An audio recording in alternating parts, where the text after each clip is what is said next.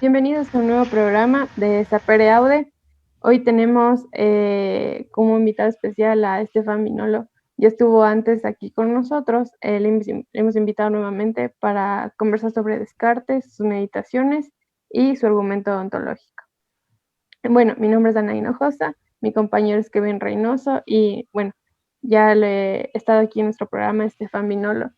Y bueno, bienvenido Estefan, bienvenido Buenas Kevin. tardes. ¿Cómo están? Una pregunta antes de empezar. ¿Sí se me escucha? Sí. Sí, Entonces, sí, sí, ya. sí. Entonces, para empezar, muy buenas tardes. Como ustedes pueden saber, ya terminamos la anterior temporada, hicimos sobre filosofía medieval. Entonces, a partir de esto, nosotros queríamos ya dar un paso a lo que es la Edad Moderna. Lastimosamente, por falta de tiempo y muchas cosas, no pudimos dar el Renacimiento, que es una de las partes de la filosofía, creo que junto a la etapa helenística más olvidadas, existieron varios filósofos en esta época, Giordano Bruno, Maquiavelo, entre otros, que hicieron bastantes aportes a la filosofía, principalmente política y cosmológica. Entonces, para darles un contexto, hoy vamos a hablar sobre un personaje, sobre un filósofo muy importante dentro de lo que es el contexto de la filosofía. Nosotros, como estudiantes de filosofía, profesores y gente que está muy allegada a ella, puede saber que este es uno de los filósofos principales de la Edad Moderna. Es mejor dicho, junto con Thomas Hobbes, los dos son los iniciadores de lo que se conoce como el giro de la modernidad, que se puede conocer como el giro y la entrada de, si ustedes recuerdan anteriores programas, los medievales tenían como fundamento Dios, incluso al final con Pedro Abelardo, con Guillermo de Ockham, con Duns Scoto, Dios seguía siendo bastante importante para la fundamentación de las ciencias, de la política y de muchas otras cosas. Aquí, esto ya se invierte y comenzamos a darle más preponderancia a lo que es el hombre. Entonces, uno de los filósofos que hizo esto posible es René Descartes, y lo que le quisiéramos preguntar primeramente, Estefan, ¿cómo se da este paso a la edad moderna con este gran filósofo del que vamos a hablar hoy? Bueno, buenas tardes a todos y muchísimas gracias una vez por esta invitación para hablar de un filósofo tan importante como es Descartes. Descartes tiene la ventaja de ser lo que podríamos llamar un filósofo fronterizo, es decir, que como abre la modernidad, pues obviamente tiene un pie en el momento premoderno de la filosofía y tiene otro pie en el momento plenamente moderno. Podríamos decir que la gran revolución moderna en filosofía es en realidad una revolución anti-aristotélica, puesto que Aristóteles habitó toda la Edad Media en realidad, y que influenció absolutamente toda la Edad Media. Y es una lucha anti-aristotélica como mínimo sobre dos puntos. Es un rechazo, primero es un rechazo de la ontología aristotélica. Se va a rechazar el concepto de finalidad y se va a rechazar el concepto de potencia. Entonces vamos a entrar dentro de nuevas ontologías. Y también es una gran revolución científica llevada, por ejemplo, por Galileo.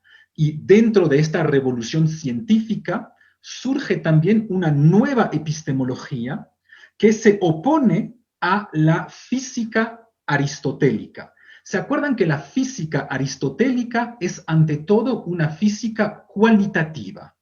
Con esta idea que existen en el mundo cualidades diferentes que constituyen a las diferentes cosas.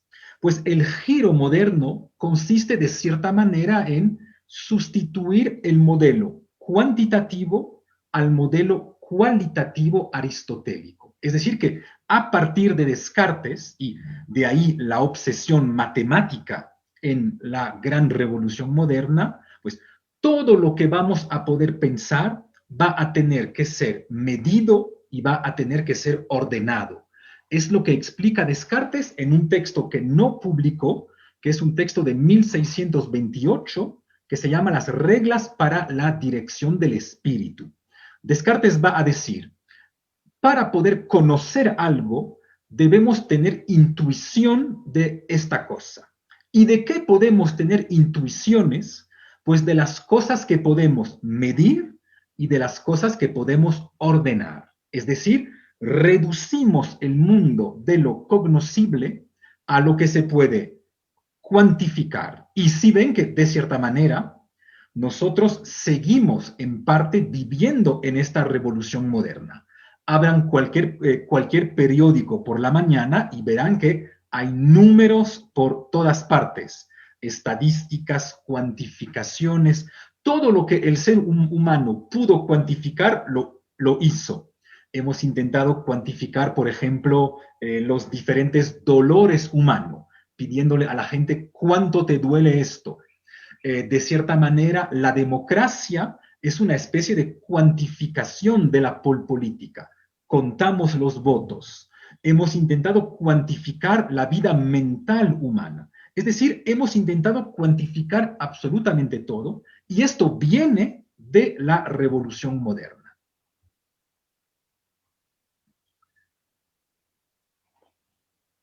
Bueno, Estefan, entonces, esta es la revolución moderna, ¿no? Esta contra de Aristóteles, ¿no? Que me parece que sí es fundamental, ¿no? Quisieron ir en contra del filósofo y después lo volvimos a retomar.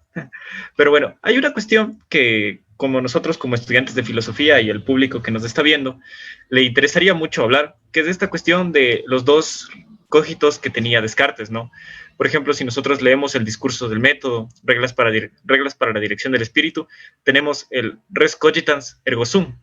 Pero si nosotros leemos las meditaciones metafísicas, solo es ego sum. Entonces, aquí, como usted nos explicaba muchas veces en clases e incluso con bastantes lecturas, por ejemplo, Husserl tiene las meditaciones cartesianas, podríamos decir que aquí está el inicio de algo que se conoce más adelante como fenomenología, e incluso abre bastantes caminos para que la filosofía en la edad moderna, incluso hasta la actualidad, pueda partir a dos lados de la moneda. Entonces, no sé si podríamos ahondar en esta diferencia de las meditaciones, de las reglas para la dirección del espíritu y para el discurso del método, que son textos muy importantes y que ambos y que los tres abren cosas magníficas en la filosofía. Claro que sí. Lo interesante, Kevin, tal como señalas, es que justamente Descartes abre muchísimos caminos en la historia de la filosofía, a tal punto que podríamos decir que, tal como señalabas, las dos grandes ramas de la filosofía contemporánea, ya sea filosofía analítica o sea fenomenología, pues las dos en realidad provienen de cierto Descartes, porque obviamente hay muchas lecturas de Descartes. Y lo interesante de Descartes es que, de cierta manera, podemos decir que acaba la metafísica, en el sentido que la finaliza, pero también la acaba en el otro sentido del verbo acabar en español. Acaba con la metafísica. Es decir, que la lleva tal vez a su cumbre más alta y también, por otro lado, ya nos deja ver ciertas fracturas dentro de las cuales se van a introducir las corrientes de la filosofía contemporánea para cuestionar la metafísica. Y tal como decías, todo surge del problema del cogito ergo sum. Todo el mundo, incluso alguien que nunca estudió de manera profesional filosofía, pues escuchó la frase de Descartes, pienso, luego existo, que en realidad fue redactada en francés y no en latín, je pense, donc je suis. Pero no hay que olvidar que hay en Descartes dos expresiones radicalmente diferentes del cogito. Por un lado, tenemos en la cuarta parte del discurso del método y en los principios de la filosofía, lo que podríamos llamar una demostración lógica de la existencia del sujeto. Pienso, luego existo. Cogito, ergo sum. El simple hecho de tener esta palabra ergo, pues manifiesta que hay un vínculo lógico entre el pensar y el ser del ser pensante. Y esto es lo que obviamente por su carácter lógico, por su carácter demostrativo, pues nos lleva sobre todo del lado del Descartes racionalista, del Descartes que se dirige mucho más hacia la filosofía analítica. Y de hecho del Descartes que también fue tan criticado por la filosofía analítica, justamente porque mucha gente cuestiona que podamos establecer un vínculo lógico entre el pensar y el ser. Ese es el caso, por ejemplo, del filósofo Íntica, que criticó de manera muy, muy dura este vínculo entre el pensar y el ser. Pero hay otro Descartes.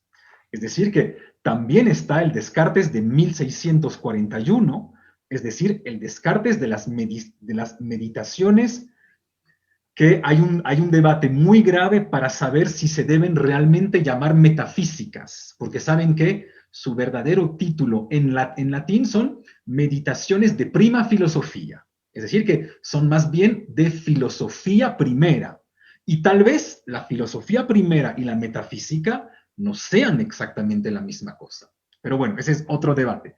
Entonces, en la segunda de las meditaciones de Descartes, cuando Descartes afirma la existencia del sujeto o cuando el sujeto descubre su propia existencia, pues ya no la descubre mediante el vínculo lógico entre el pensar y el ser.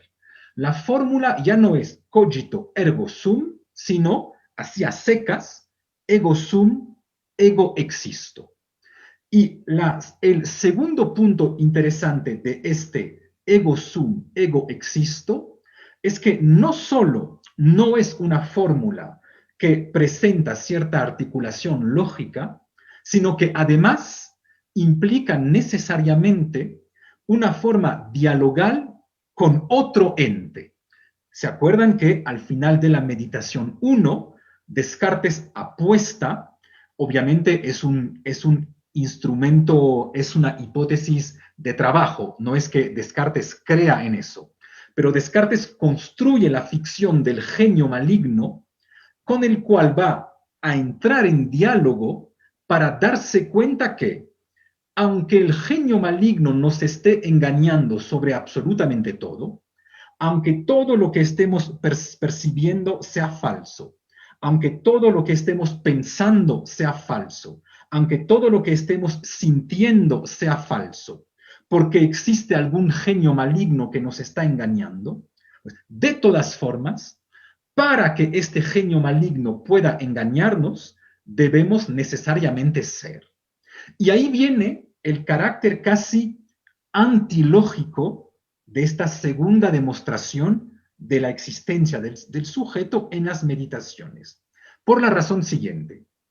Si ven que al comienzo de la meditación 2, lo que dice en última instancia Descartes es que no importa tanto el carácter verdadero o el carácter falso de lo que yo esté pensando.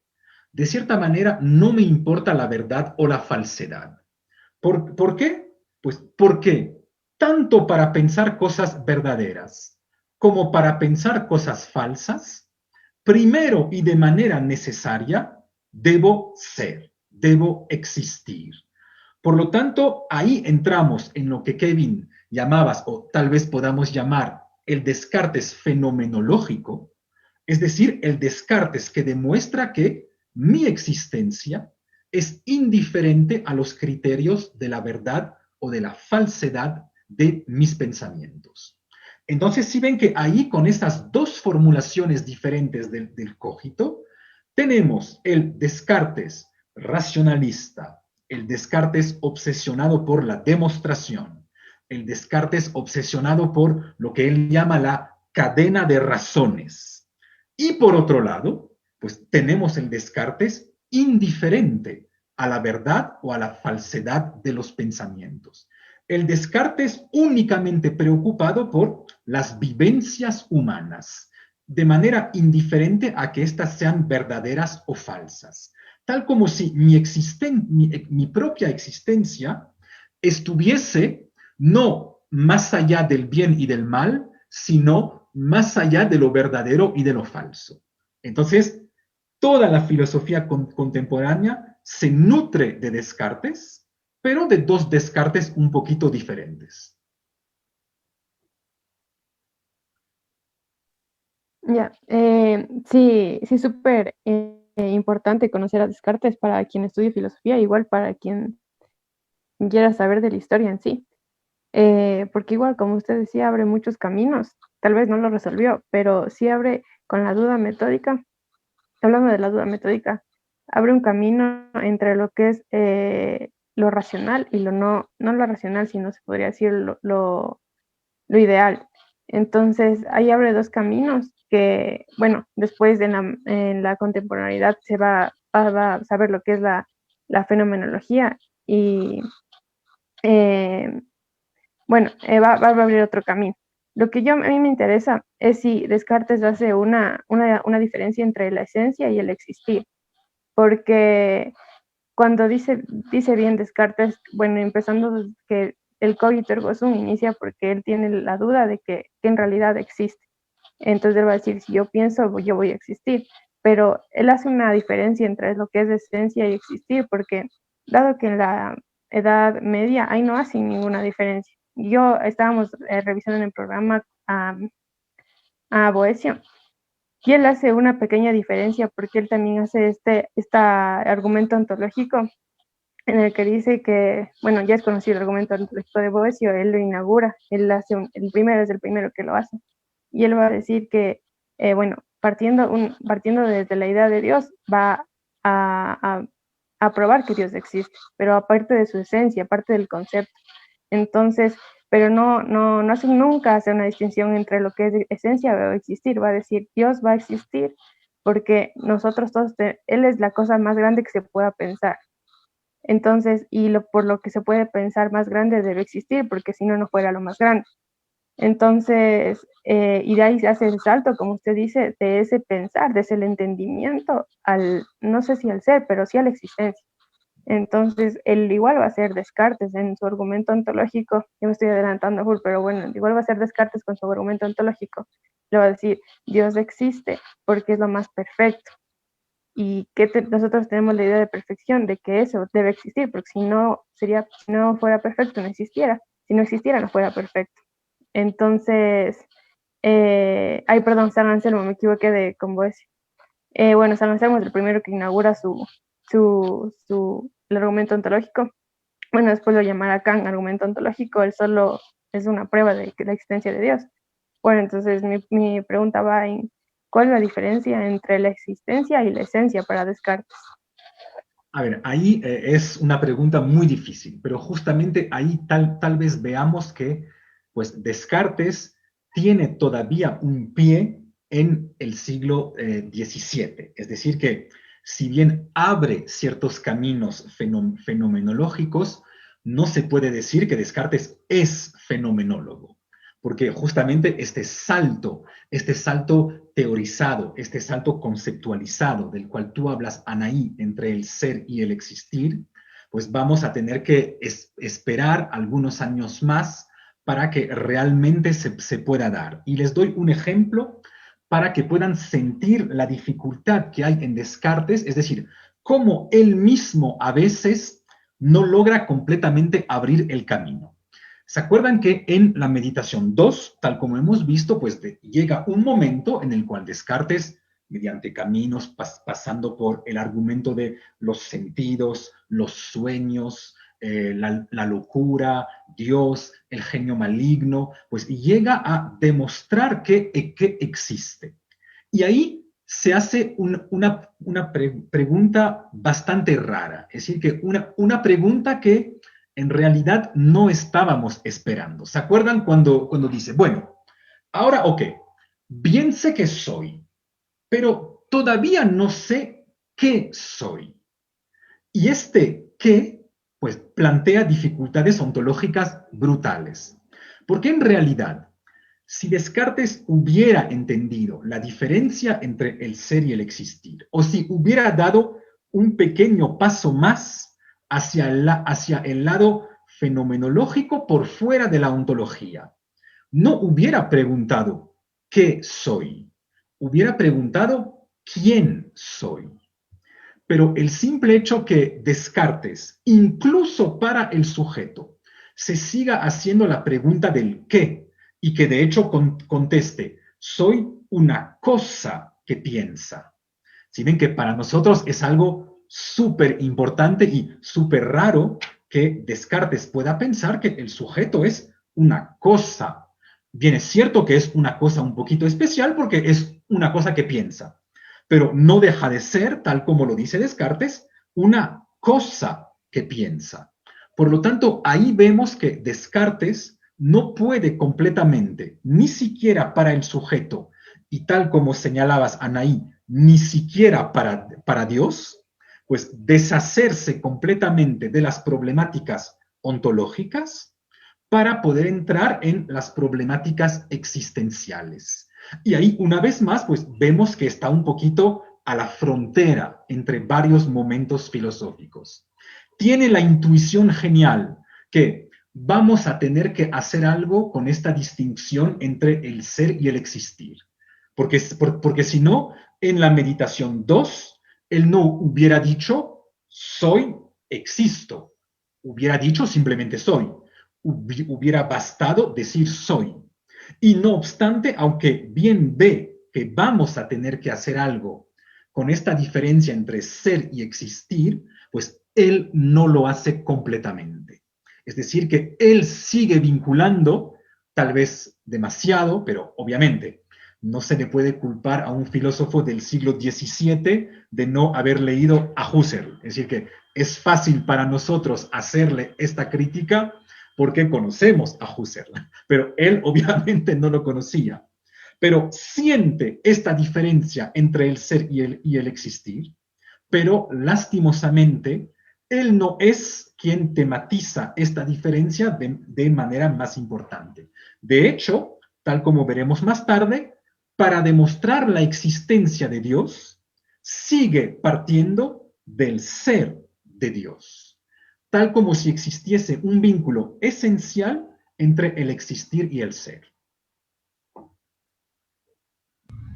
Bueno, Estefan, pasando todo esto del ser y el existir, ¿no? Que también es bastante importante porque no se da dicha diferenciación, como nos decía, caer en cuenta ahí.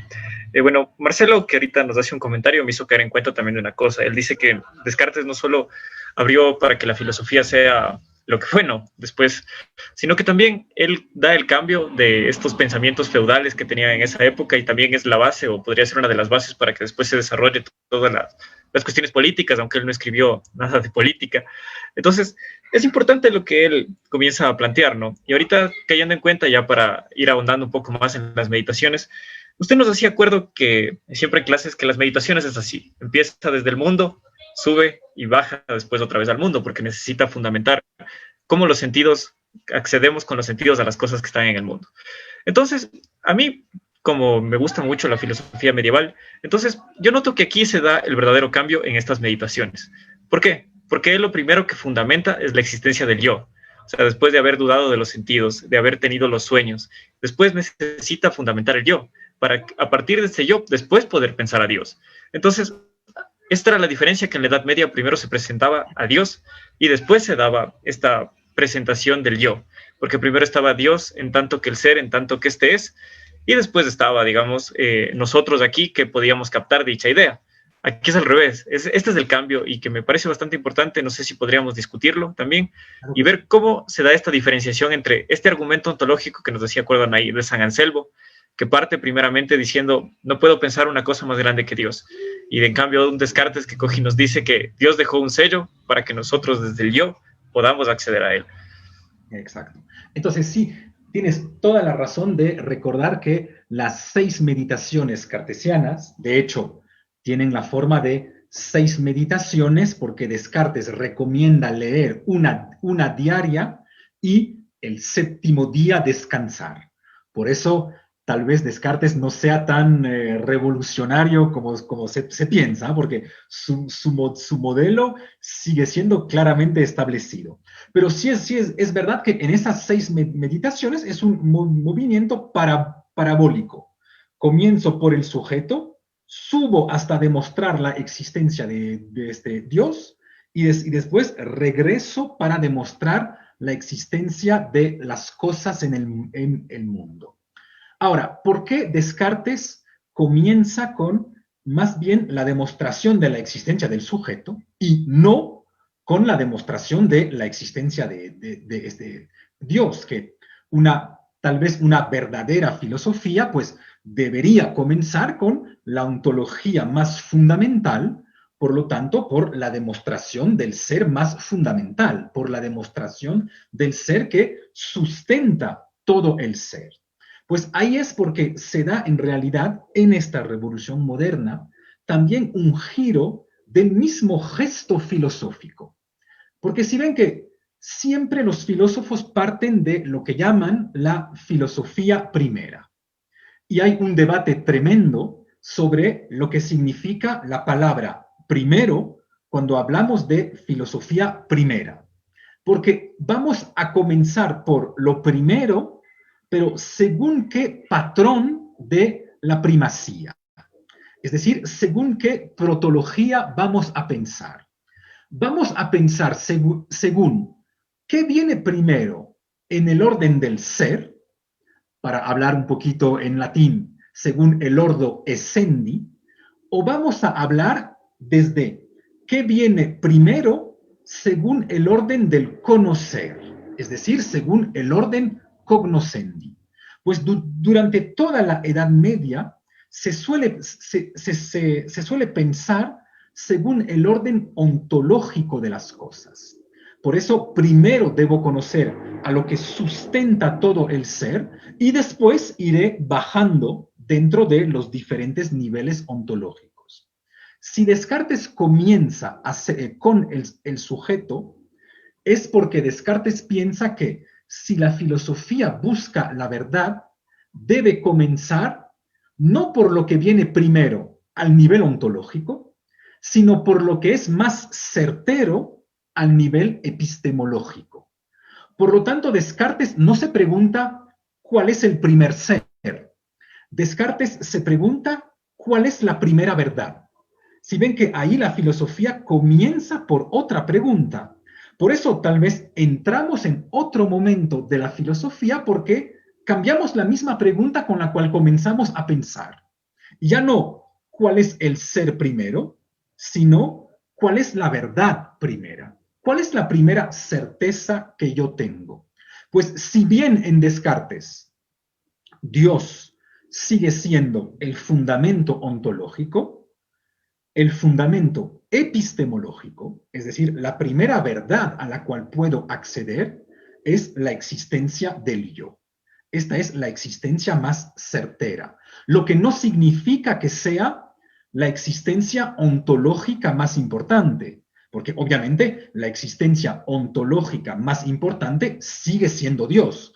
Por eso en las meditaciones debemos subir hasta Él. No es que abandonemos Dios, pero es que desde el punto de vista epistemológico, me es más fácil, me es más primero, me es más certero conocer mi propia existencia que conocer la existencia de Dios. Por la razón muy simple, para poder saber que Dios existe, debo necesariamente primero saber que yo puedo pensar que Dios existe, y para poder pensar que Dios existe, debo primero yo existir. Por lo tanto, dentro del campo epistemológico, yo soy primero. Dentro del campo ontológico, Dios es primero. Pero si ven que lo interesante es que cambia la misma pregunta con la cual entramos en filosofía. Y de ahí lo que les comentaba, el debate acerca de filosofía primera o metafísica. Hay artículos enteros acerca de si ha sido buena idea traducir las meditaciones de prima filosofía al francés por meditaciones metafísicas. Justamente porque la prima filosofía, tal como la piensa Aristóteles, que es un concepto obviamente aristotélico, pues la prima filosofía es prima en el sentido ontológico. Cuando Descartes cambia el sentido de la palabra prima.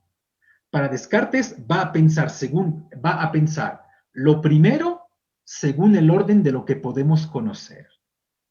Y tal vez sea esto lo que Descartes llame metafísica, que no tiene ya casi nada que ver con lo que Aristóteles llamaba, bueno, no Aristóteles, pero los sucesores de Aristóteles designaron como metafísica.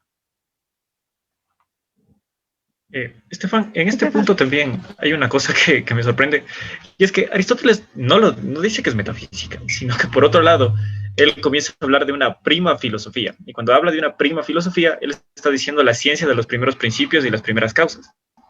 Entonces, bueno, aquí podemos ver que sí es ontológico, pero no sé si este error no viene desde Aristóteles, sino que más bien vendría desde Andrónico de Rodas con las traducciones que mal se llamaron, por ejemplo, la agrupación de textos aristotélicos como el órgano, la agrupación de otros textos como la retórica, que no fueron nombrados por Aristóteles, sino que fueron renombrados por otros. E incluso no olvidemos la tradición árabe que estaba ingresando, ¿no? Porque Aristóteles fue recuperado por ellos, más no por Occidente. Sí, sí, eso obviamente, sí, obviamente todo el juego está, ¿a qué le llamamos prima? En la prima filosofía. Y cuando traducimos prima filosofía por metafísica, ¿estamos hablando de un orden ontológico o de un orden epistemológico? Porque esto cambia radicalmente el mismo estatuto de la filosofía. Tal como señalabas, Kevin, Aristóteles piensa a partir de los primeros principios, Descartes piensa a partir de las primeras verdades. Son dos tipos de filosofías radicalmente diferentes.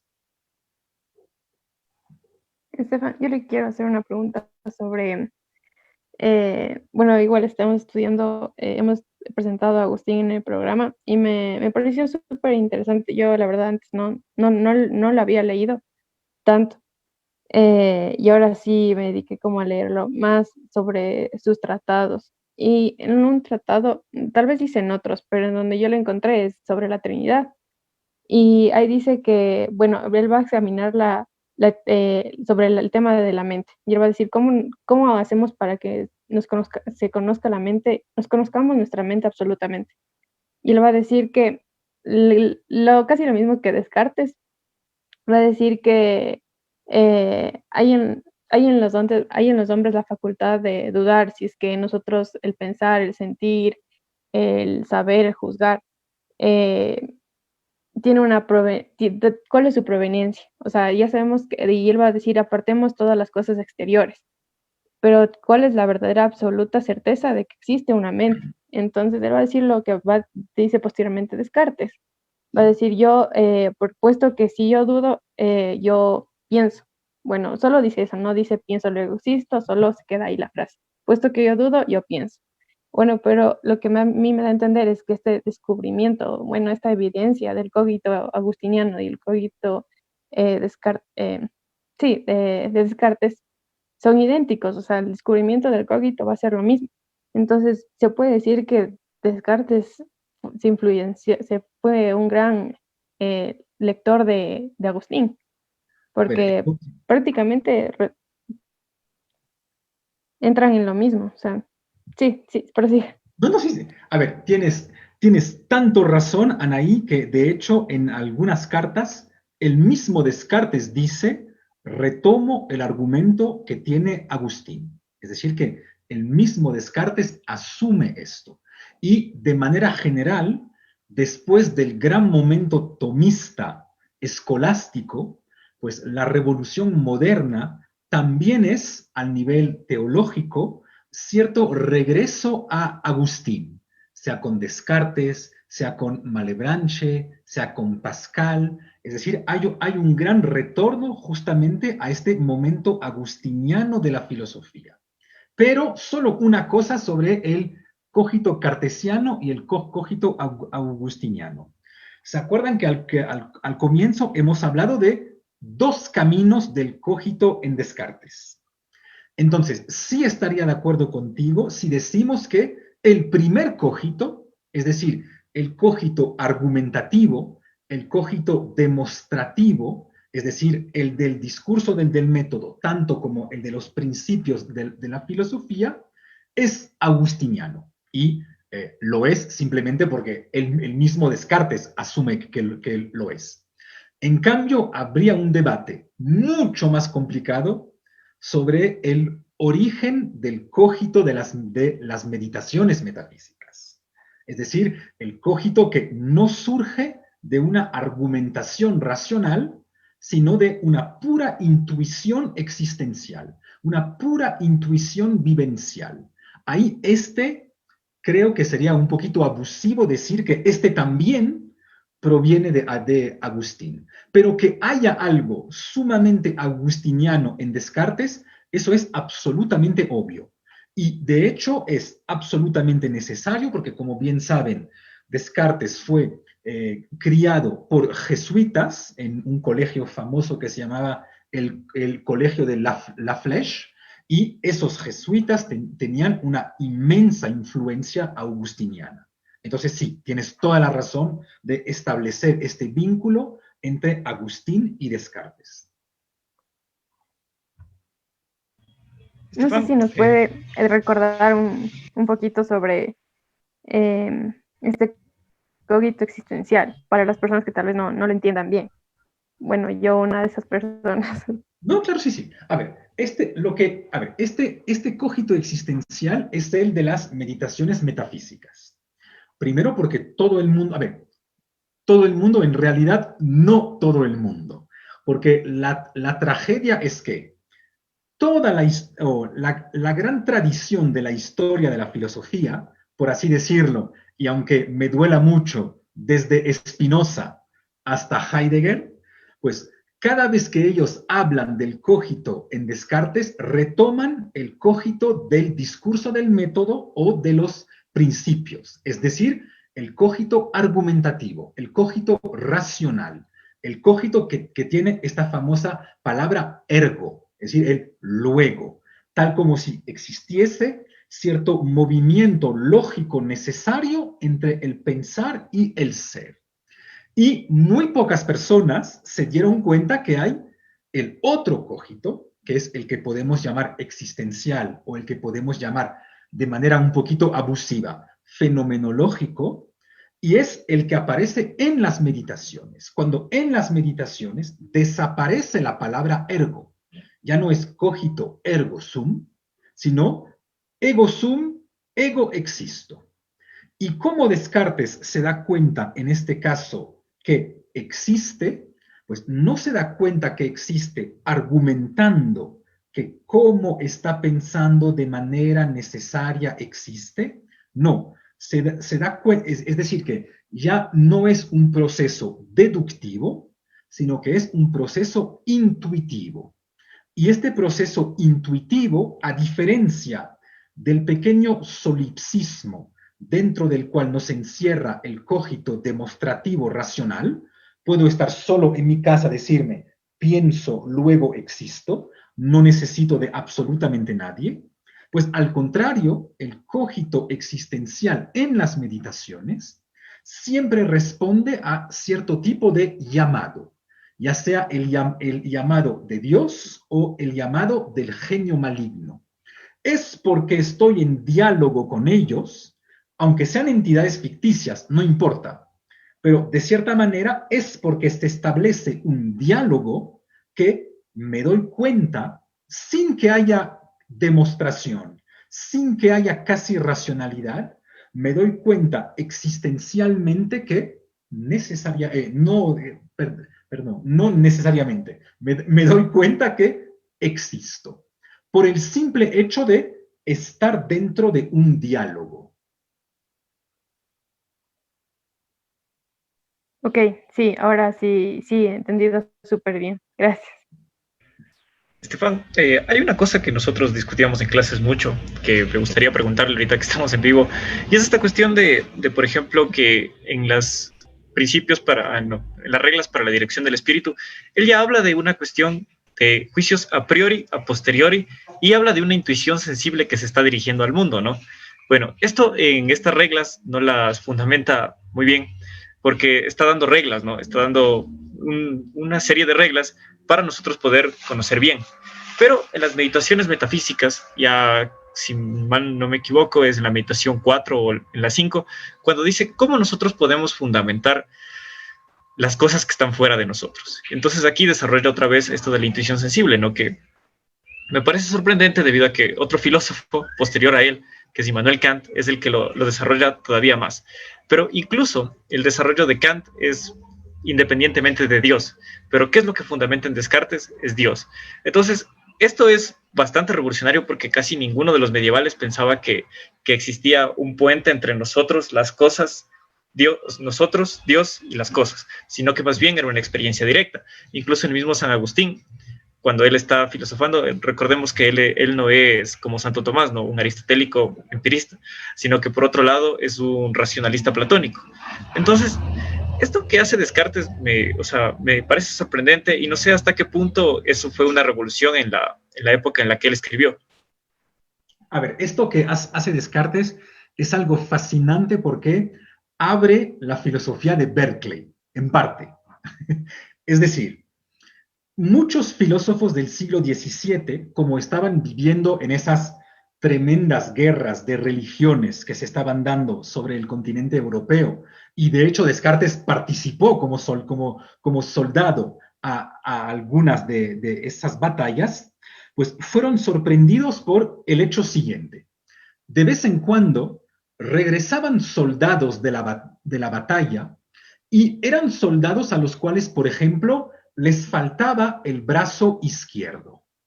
Y a pesar de que les faltaba el brazo izquierdo, sin embargo, podían sentir que les picaba el brazo izquierdo, o les dolía el brazo izquierdo, o tenían calor o frío en este brazo izquierdo que de hecho ya no existía. Ya no tenían este brazo y sin embargo seguían experimentándolo.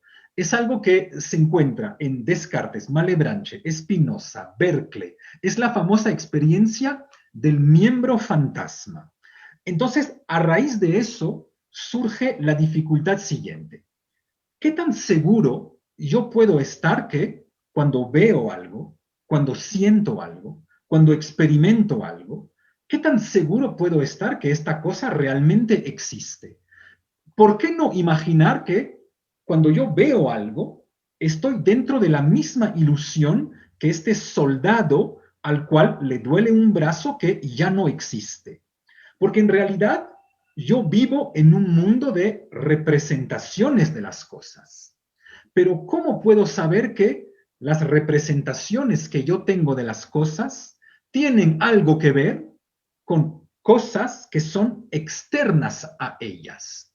Por ejemplo, yo estoy ahora mismo seguro que veo un vaso. Eso es una certeza. Veo un vaso. Pero el hecho que yo vea un vaso no me garantiza que hay un vaso. De la misma manera que el soldado siente su brazo, está seguro que siente su brazo, y sin embargo su brazo no está. Entonces ahí vamos a poder ver que hay diferentes caminos de abordar este camino. Primero, podemos asumir la posición de Berkeley, que es la posición extrema, completamente loca pero genial. Pues efectivamente, nunca puedo estar seguro que hay un referente externo a mis representaciones. Por lo tanto, el mundo es una especie de mundo fantasma. Yo vivo dentro de mis propias representaciones, pero no sé si hay algo fuera de ellas. Podemos imaginar, en cambio, la opción cartesiana. Y Descartes ahí sigue siendo un poco más cristiano sobre este punto. En la meditación 6, tal como señalabas, Kevin, la meditación 6 es una especie de teodicea, por así decirlo. Y Descartes dice, ¿cómo puedo saber que hay cosas exteriores a mis representaciones? Pues en realidad por un argumento súper leve, por un argumento en el cual todos bien entendemos que Descartes lo dice porque hay que decirlo, pero él mismo se da cuenta que su argumento vale muy poco, que es un argumento muy pobre. Porque Descartes dice, ¿cómo yo puedo saber que esas cosas están frente a mí y que no estoy viviendo lo que le pasó al brazo al soldado? Pues Descartes dice, porque Dios es bueno y no puede ser que me esté engañando siempre, sino Dios dejaría de ser bueno. Entonces, ¿qué es lo que fundamenta en Descartes? La existencia de cosas por fuera de mis representaciones, por fuera de mis sensaciones, por fuera de mis percepciones, pues que Dios no puede estar engañándome siempre. O sea, Dios no puede aceptar constantemente que yo esté percibiendo un vaso y que en realidad no haya vaso. Que yo vea a este esfero, pero que no haya esfero. Que yo sienta dolor en mi mano, pero que no tenga mano. Dios no puede aceptar eso constantemente. Por lo tanto, lo que salva, de cierta manera, la ontología cartesiana es la bondad de Dios. Dios no puede estar engañándonos siempre. Pero bien ven que ahí, obviamente, se abre la posibilidad de las filosofías antirrealistas, porque todos sentimos que justificar la existencia del mundo por la simple bondad de Dios, pues en realidad es exactamente como decir, dudo muchísimo que las cosas exteriores existan.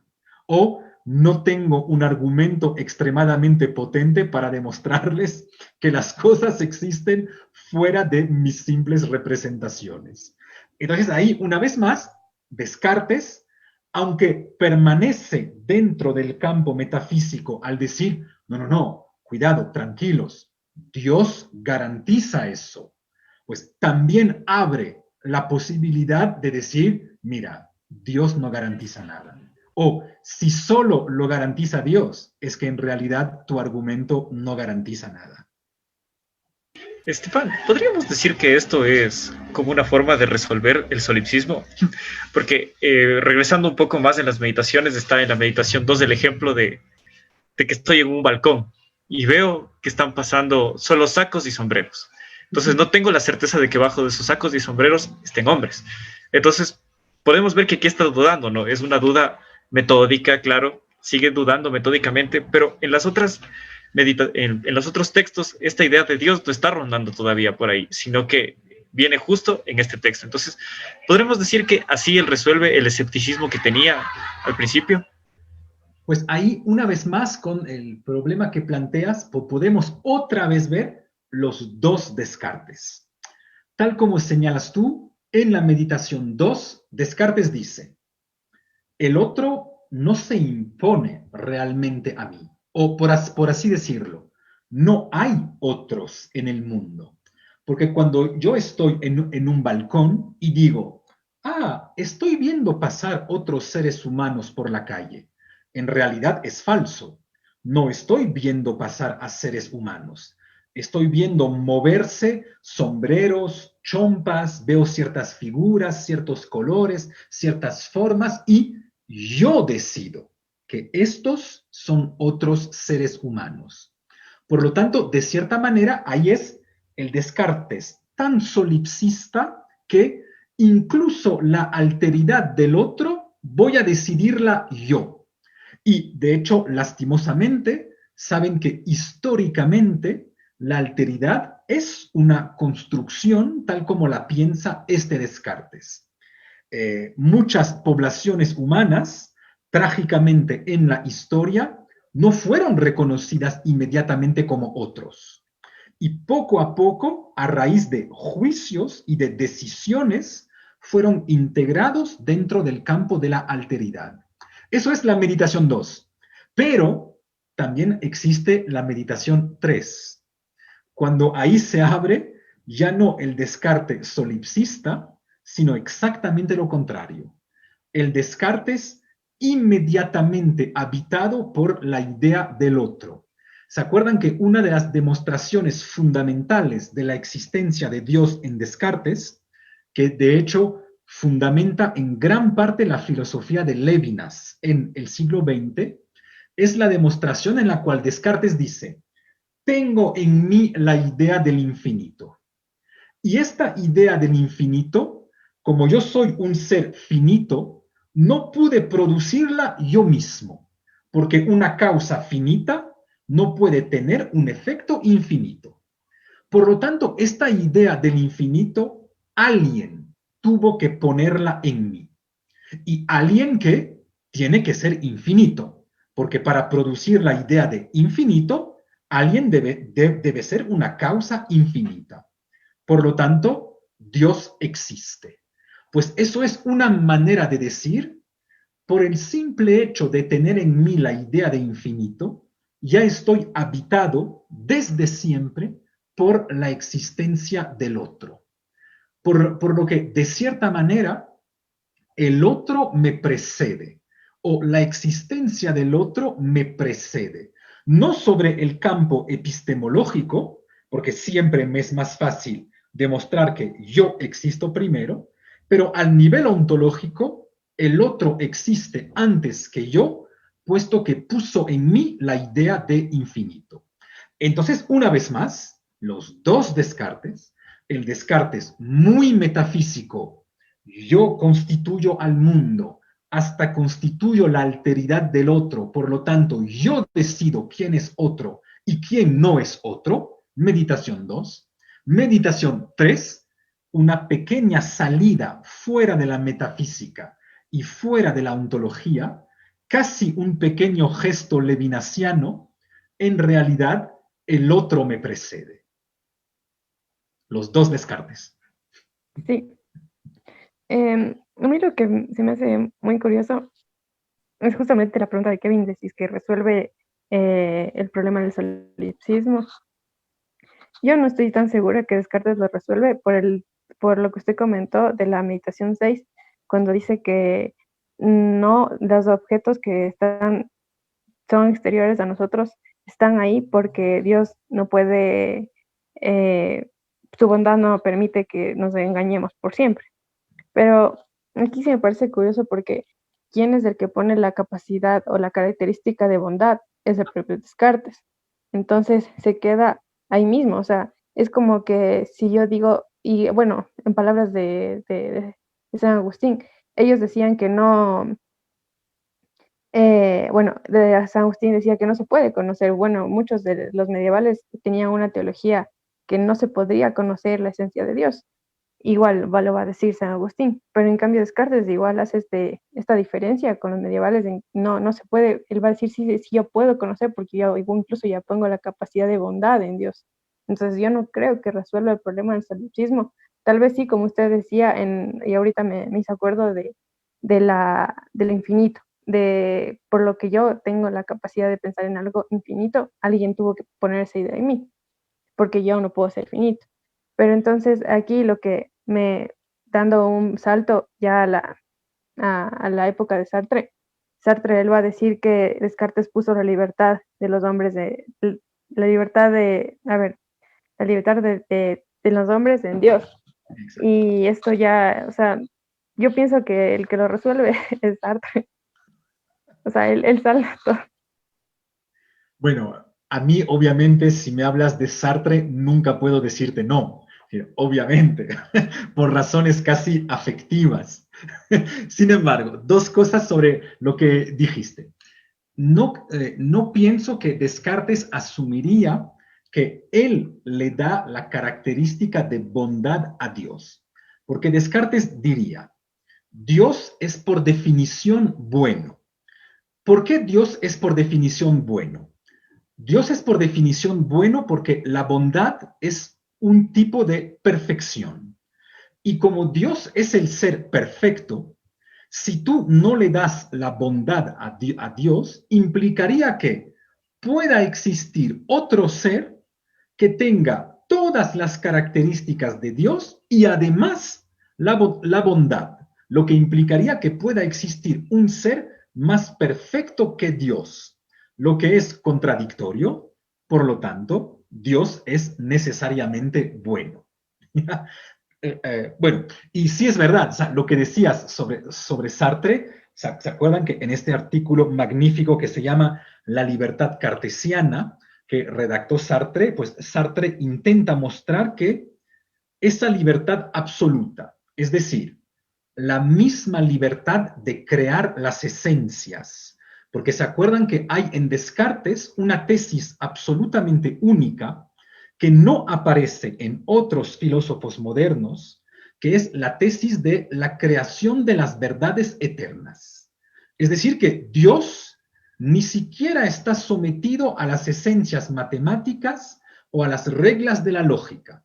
En Descartes, Dios hubiera podido hacer que 2 más 2 sea igual a 5. o hubiera podido hacer que no exista el principio de identidad. Es decir, que es un Dios tan trascendente, tan alto, tan potente, que es realmente el Dios de la libertad absoluta, no sometido a absolutamente nada. Y tal como se señalaba Anaí, con toda la razón, pues esta capacidad de crear esencias, Sartre perfectamente vio que es una capacidad humana, no es tanto una capacidad divina. Quien está constantemente creando su propia esencia somos nosotros mismos. Pero para poder llegar a pensar a eso, será necesario distinguir claramente el ser de la existencia. Lo que hace Sartre, pero lo que Descartes, obviamente, tal como hemos comentado, no había podido hacer completamente. Sí, es súper Bueno, interesante Estefan, esos temas y ahorita me surgen full preguntas, pero bueno, yo ya le escribiré a usted. Hagamos otro. Bueno, ya más, sí, ya, bueno, ya se acabó el tiempo, lastimosamente. Le agradecemos por tenerle en el programa, porque hacerte estar aquí con nosotros, es para nosotros súper enriquecedor sus palabras. Y bueno, eso sería todo para el programa de hoy. Les esperamos el día jueves de 1 a 2 de la tarde. Vamos a hablar de Abelardo. Y bueno, eso sería todo. No sé si Kevin quieres acotar algo. sí, muchas gracias, Estefan, por acompañarnos. Yo quisiera decirle que Leibniz dice que Dios sí está sometido a eso, a la lógica y a otras cosas, pero bueno, eso será tema si es que podemos para otro programa. Muchas gracias por acompañarnos y a todos nuestros oyentes, muchas gracias también y hasta luego.